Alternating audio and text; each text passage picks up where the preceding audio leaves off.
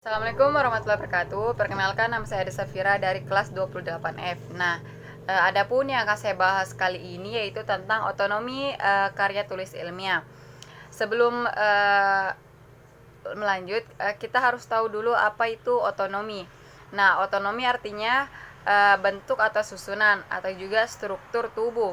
Nah, sebuah karya tulis ilmiah atau bukan juga memiliki susunan atau bentuk otonomi. Ini biasanya disebut outline atau kerangka atau sistematika. Nah, seperti struktur karya tulis ilmiah yang lainnya terlihat bervariasi baik antara laporan penelitian, skripsi, tesis, disertasi, artikel ilmiah dan lain-lain. Bahkan setiap universitas memiliki struktur laporan akhir yang berbeda-beda dengan universitas lainnya. Kadang juga ada yang sama. Nah, itu sebabnya masing-masing universitas membuat paduan penyusunan tugas akhir. Tujuannya yaitu untuk menyeragamkan sistematika penulisan skripsi, tesis, disertasi dan lainnya. Nah, ada juga struktur yang terlihat bervariasi, tersebut sesungguhnya tidak bervariasi. Struktur semua jenis karya tulis ilmiah memiliki ciri yang sama, yakni memulai dengan bagian awal, isi, dan akhir dengan penutupan. Sehingga kita dapat menyimpulkan bahwa secara garis besar struktur penyajian karya tulis ilmiah terdiri atas bagian pendahuluan, pembahasan, dan penutup. Dengan demikian, sebuah karya tulis ilmiah akan selalu memulai dengan sesuatu pengantar yang menuju pokok pembahasan dan akhirnya dengan penutup yang dapat berupa simpulan.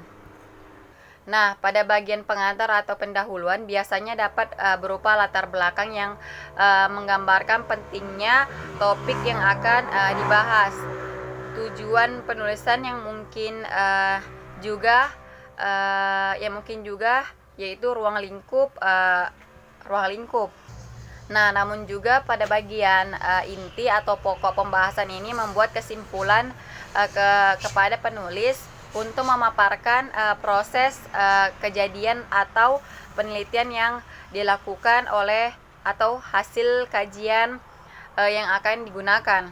Nah, pada bagian penutup yaitu merupakan bagian akhir dari sebuah tulisan, seperti halnya kesempatan kepada penulis untuk memaparkan proses kajian atau penelitian. Nah, pada bagian penutup ini sama halnya seperti bagian pendahuluan dan pada bagian inti. Bagian penutup sebuah karya tulis ilmiah juga mempunyai struktur kajian yang khas, yang berbeda pada bagian penutup jenis tulisan lainnya. Nah, pada sebuah karya tulis ilmiah, kajian penutupnya yaitu karya ilmiah ditutup dengan simpulan dan harapan atau rekomendasi. Semua ini merupakan simpulan kajian peserta terhadap topik atau masalah yang disajikan. Dan pada karya tulis ilmiah digambarkan bagian awal dan bagian akhir karya tulis ilmiah akan membentuk kolom Yunani, yakni berbentuk trapesium di bagian atas dan bawah, sedangkan di bagian tengahnya terbentuk batang tegak lurus kira-kira seperti gambar pada trapesium.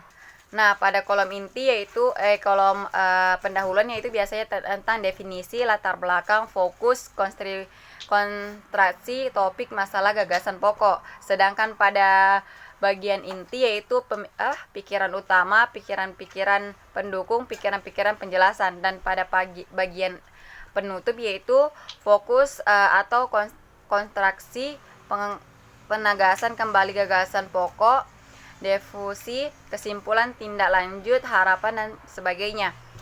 Baik, itulah yang bisa saya sampaikan. Mohon dan kurangnya Lebih dan kurangnya mohon dimaafkan. Wabillahi taufiq wal hidayah. Wassalamualaikum warahmatullahi wabarakatuh.